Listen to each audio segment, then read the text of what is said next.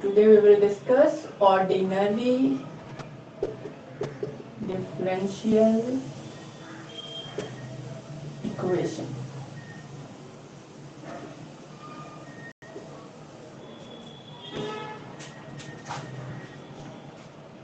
ठीक है, तो मैंने रिवाइज कर दिया ऑर्डिनरी क्यों कहते हैं, डिफरेंशियल इक्वेशन क्या होता है। बहुत सारे मेथड्स हैं but we have to use only Picard's method. जो आपके सिलेबस में है उसके अकॉर्डिंग हम लोग केवल पिकार्ड्स मेथड पढ़ेंगे।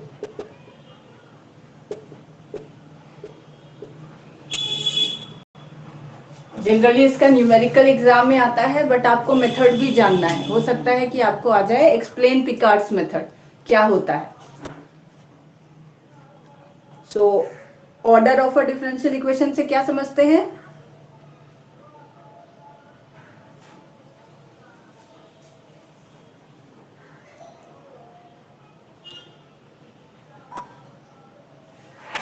किसी को याद है डिफरेंशियल इक्वेशन का ऑर्डर क्या होता है? Ma'am degree. नहीं, मैम इसका ऑर्डर क्या हाईएस्ट है? का जो ऑर्डर Yes. होता है मैम हाईएस्ट डेरिवेटिव। इसका ऑर्डर क्या है बताइए?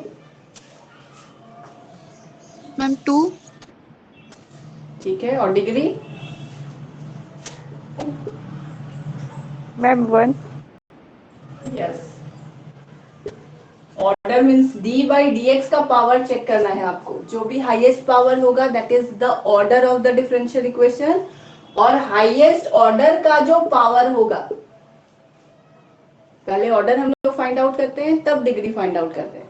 तो पहले हाईएस्ट ऑर्डर फाइंड आउट करना है, फिर उसका मान लीजिए होल पावर कुछ लगा हुआ है, नहीं है तो हम लोग 1 ले लिए डिग्री, कुछ है मान लीजिए यहाँ पे पावर 5 है या पावर 2 है, तो अगर 2 रहेगा तो डिग्री भी 2 होगा, यहाँ पावर 5 है तो डिग्री भी 5 होगा। क्लियर है? So we yes have to ma'am. consider here. Yes. कुछ पूछ रहे थे कोई? No ma'am. Okay. So consider the first order differential equation. यानी आपको जो भी डिफरेंशियल इक्वेशन होगा वो फर्स्ट ऑर्डर का होगा। That means dy by dx, d का पावर 1 होगा। तो जनरली हम लोग लेते हैं dy by dx is equal to something, कोई भी फंक्शन हो सकता है इन जनरल, तो fxy है मान लीजिए, विथ इनिशियल कंडीशंस। यहाँ आपको कंडीशंस कुछ दिया हुआ है, तो initially y is equal to y naught when x is equal to x naught. ये सब आपको गिवन होगा क्वेश्चन में।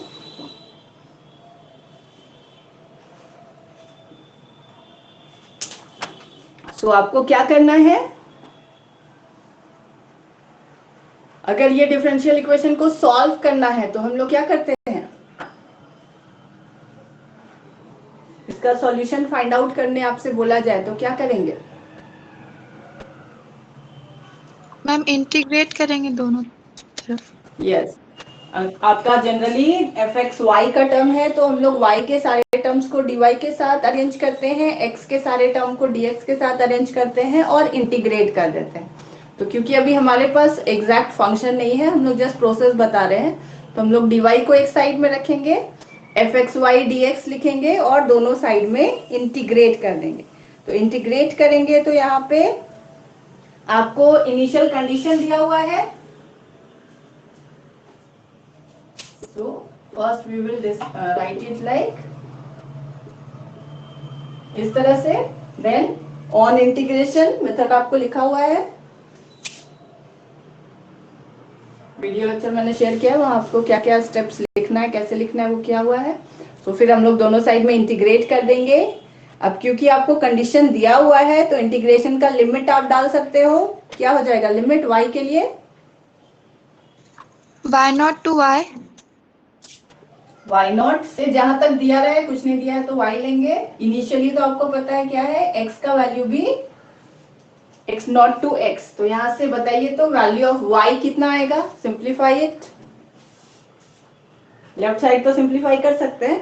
राइट साइड सिंप्लीफाई नहीं होगा क्योंकि आपको फंक्शन नहीं पता है, तो उसको एज इट इज लिख देंगे। तो यहाँ से y इक्वल टू क्या मिल रहा है आपको?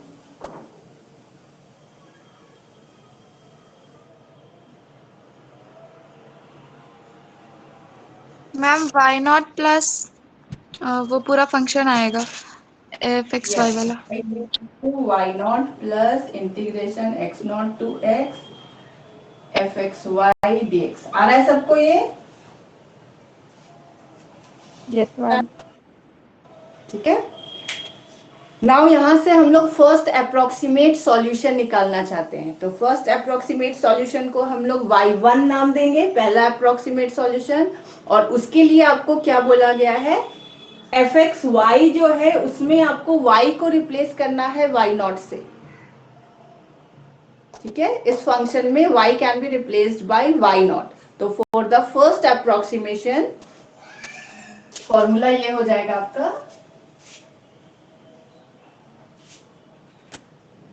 y1 is equal to y naught plus integration x naught to x f x y naught dx. This is the formula. याद रहेगा? फर्स्ट अप्रोक्सीमेशन के लिए y को y1 लिखेंगे और एफ एक्स वाई जो है फंक्शन, उसमें आपको y को y नॉट से रिप्लेस करना है। तो this is the first approximation. Second approximation निकालने के लिए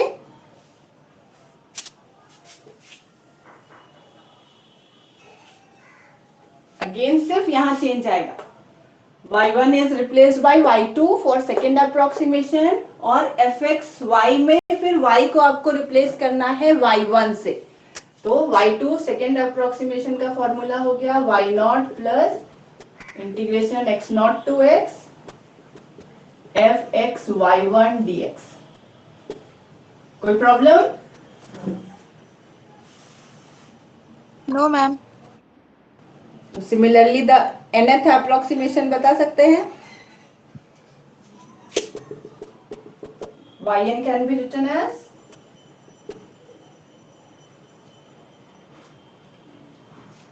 Y naught plus y naught plus fx y n minus 1 ma'am. yes। तो आप बस ये फॉर्मूला याद रख सकते हो जिसमें n का वैल्यू 1 2 3 डालते जाइएगा, आपको वैल्यूज याद हो जाएगा। तो पिकार्ड्स मेथड के लिए आपका फॉर्मूला ये रहा, जिसमें आप n का वैल्यू 1 डालोगे तो आपको फर्स्ट अप्रोक्सीमेट सॉल्यूशन मिलेगा, 2 डालेंगे तो सेकेंड, 3 डालेंगे तो थर्ड। क्वेश्चन में जहां तक आपसे निकालने बोला जाए वहां तक निकालेंगे। सो वीडियो लेक्चर वाला क्वेश्चन में डिस्कस करूं या इन जनरल कोई भी क्वेश्चन? And video lecture वाला। एक बार क्वेश्चन रीड कीजिए, कौन सा क्वेश्चन उसमें डिस्कस किया था मैंने?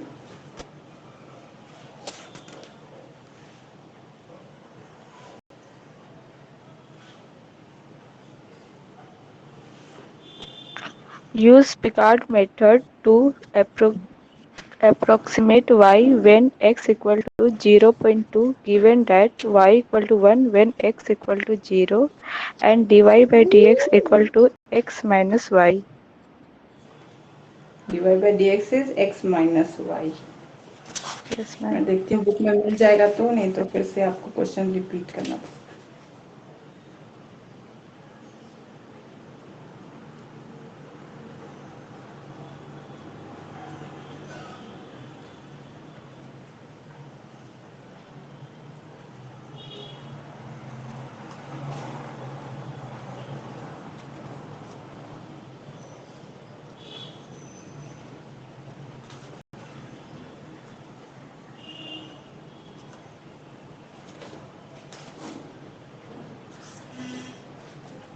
एक मिनट में रीड करो, शायद एक्सरसाइज का पहला क्वेश्चन है। Use Picard's method to approximate y when x is equal to 0.2 given that y is Yes, equal to ma'am. 1 when x is equal to 0 and dy by dx is x minus y। यही है ना? Yes, ma'am. तो ये exercise का first question है आपका।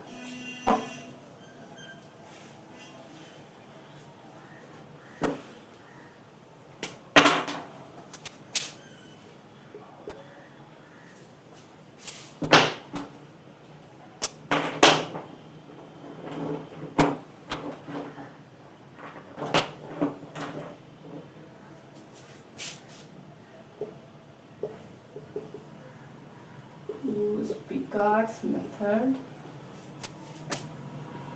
to approximate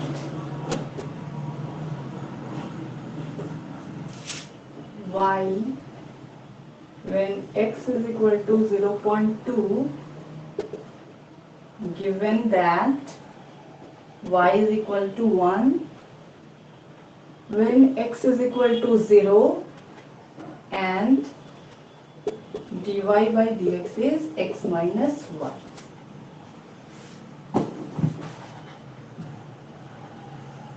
ठीक है, तो हम लोग सबसे पहले क्या करेंगे आपको पता है?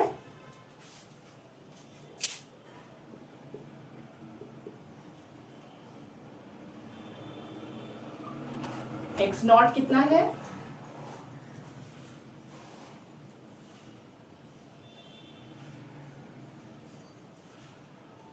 मैम 0। 0। ये इस तरह का डेफिनेशन आपको दिया हुआ था पिकार्ड्स मेथड जब हम लोग स्टार्ट किए थे, डेफिनेशन ही कंडीशन। तो y is equal to y naught when x is equal to x naught, यानी यहाँ पे x नॉट का वैल्यू है 0 एंड y नॉट इज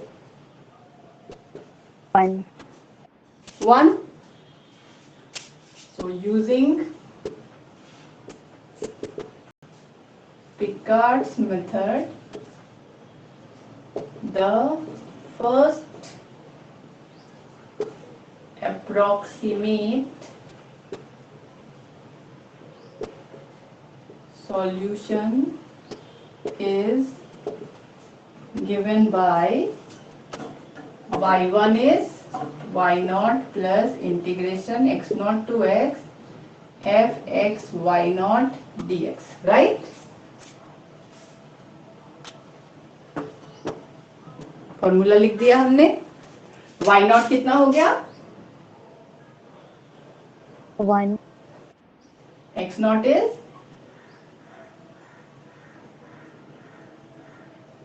अब इसका क्या मतलब है? f x y naught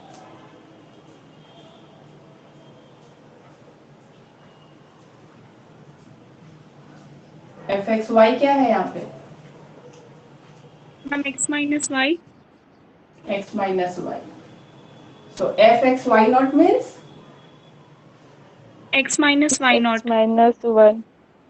minus y naught, जिसमें वाई नॉट आपके पास है, राइट? वाई नॉट कितना है? 1. 1। तो it is x minus 1 dx। Easily integrate हो जाएगा ये पार्ट। Yes, ma'am. इंटीग्रेट करके बताइए, लिमिट पुट करके कितना आ रहा है?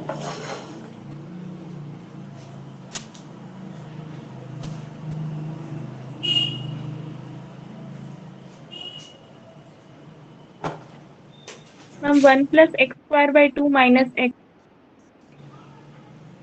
1 plus x square by 2 minus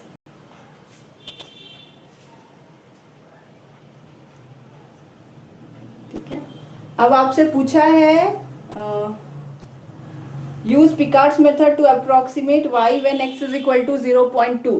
तो अगर आप चाहें तो y1 का वैल्यू एट 0.2 यहीं पे निकाल सकते हो या फिर एंड में आप निकाल सकते हो। तो वीडियो लेक्चर में क्या किया था? पैरेलली किया हुआ है या एंड में किया हुआ है? मैम यहीं पे निकाला। एंड में किया हुआ है ना, तो अभी छोड़ दीजिए। लास्ट में आपको क्या करना है? आपको निकालना है when x is equal to 0.2। तो आप यहाँ पे यस, मैम इसी के नीचे निकाला हुआ वैल्यू पुट करके। तो कोई इशू नहीं है, जैसा किया हुआ है वैसे भी कर सकते हैं आप, एंड में भी कर सकते हैं। सो आपसे क्वेश्चन में पूछा गया है y1 एट 0.2 कितना है, तो निकाल लीजिए। x का वैल्यू 0.2 करके सिंप्लीफाई करके बताइए कितना आ रहा है।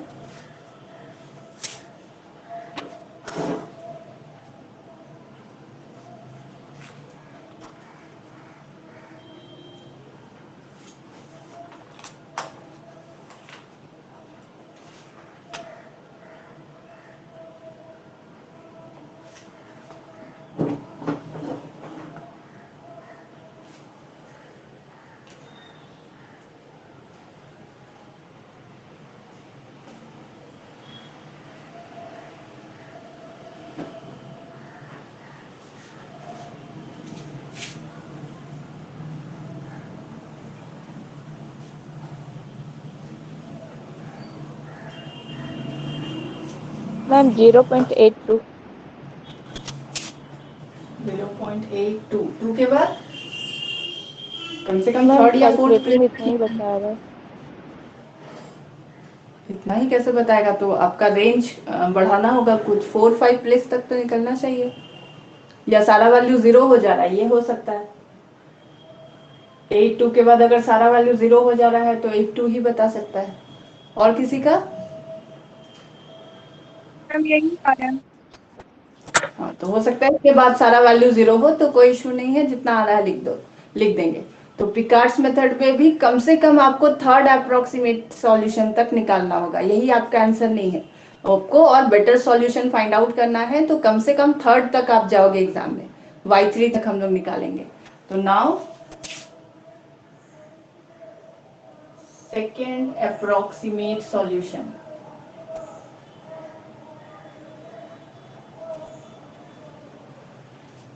y2 इज, फॉर्मूला बताइए, याद हुआ?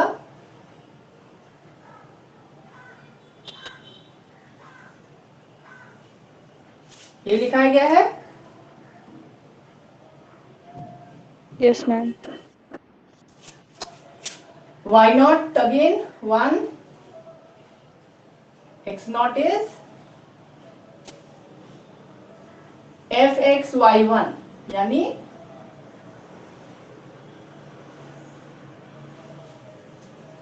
fxy में पहले आप y को रिप्लेस कर दीजिए y1 से, तो it is x minus y1। अब y1 क्या आया, ये सब्स्टिट्यूट करना है आपको y1 के जगह पे, x के टर्म में जो y1 का वैल्यू आएगा।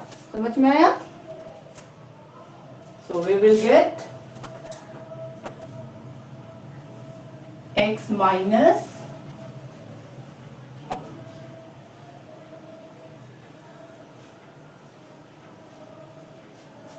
कोई प्रॉब्लम? क्लियर है स्टेप?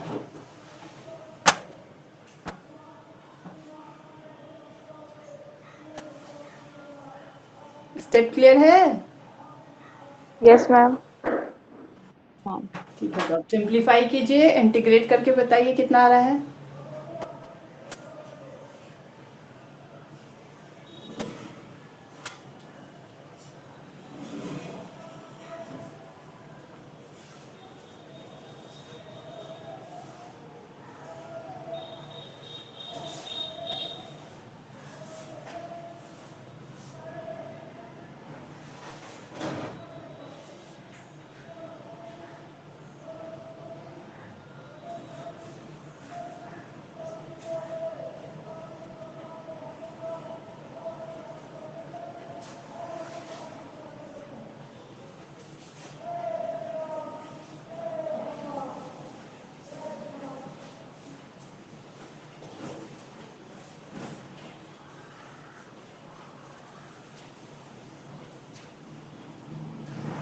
पहले x के टर्म में बताइए, किसी का सिंप्लीफाई हुआ?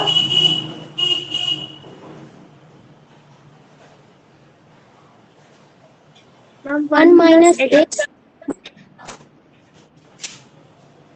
1 minus x minus x square ma'am plus x square plus x cube by 3।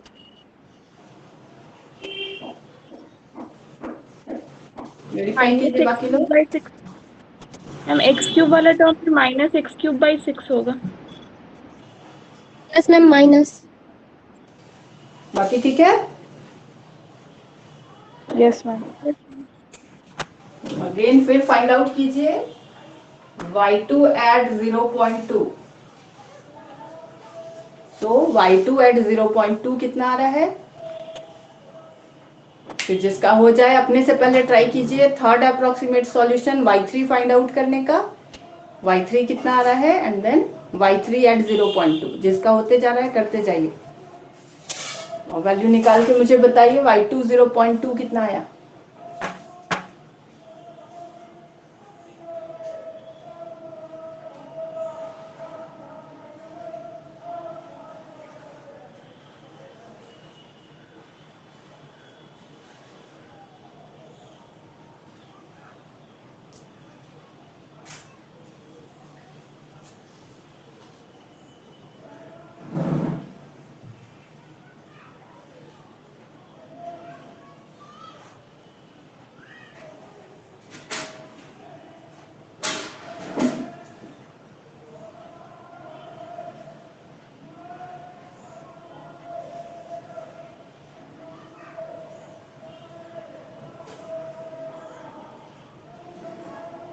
y2 0.2 किसी का निकला?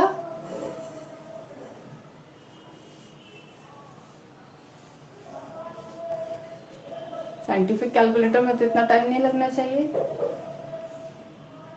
0.839। 0.839।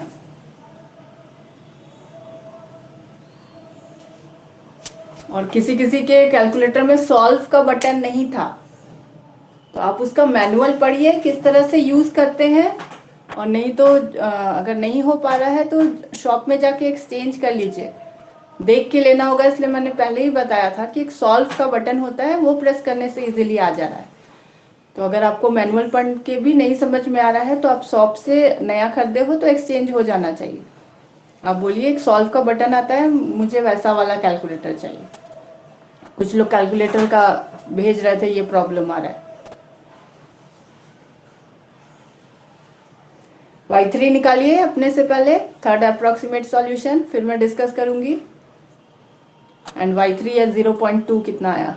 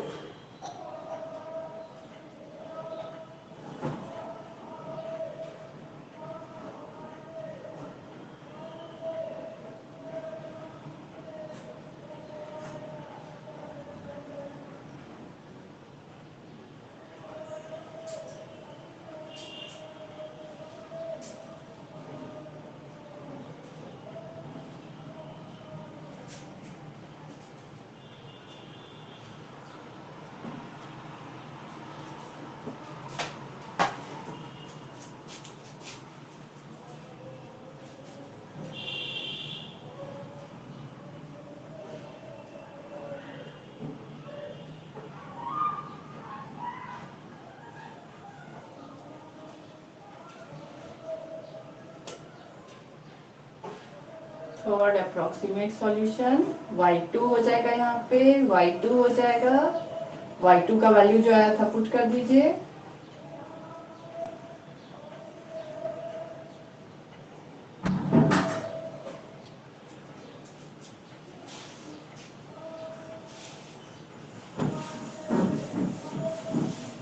तो कितना आ जा रहा है after simplification?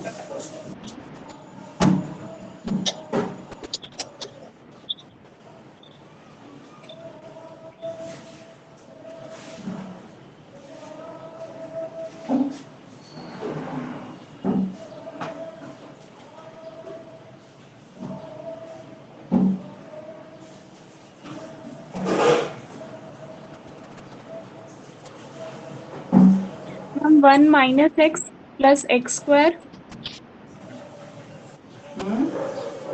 Minus x cube by 3 plus x 4 by 24।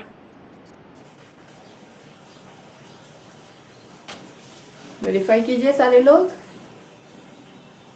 X cube by 6 होगा। और कोई?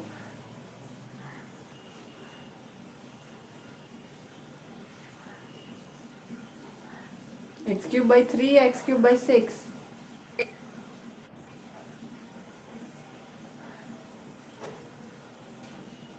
मैम 3। 3 आ रहा है ना? मैम 0.2 पे वैल्यू?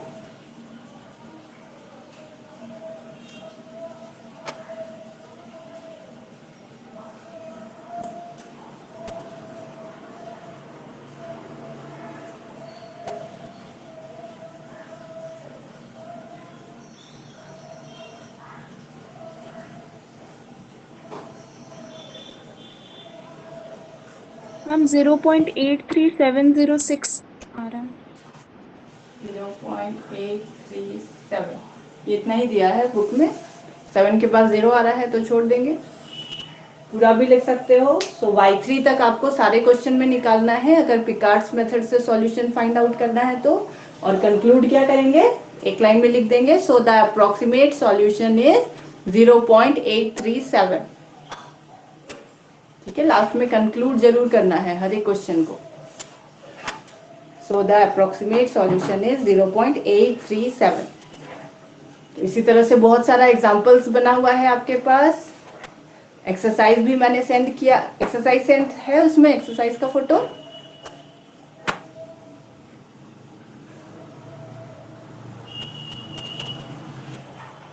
जो पीडीएफ सेंड किया गया उसमें एक्सरसाइज का फोटो है।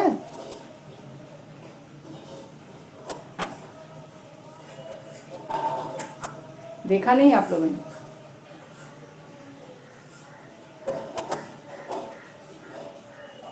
चेक करके बताइए, नहीं है तो मैं सेंड कर दूंगी। एग्जांपल्स है सारा, theory and examples ma'am exercise है ना। हाँ तो सारा क्वेश्चंस बनाइए, हर क्वेश्चन को एक बार कम से कम बनाना जरूरी है।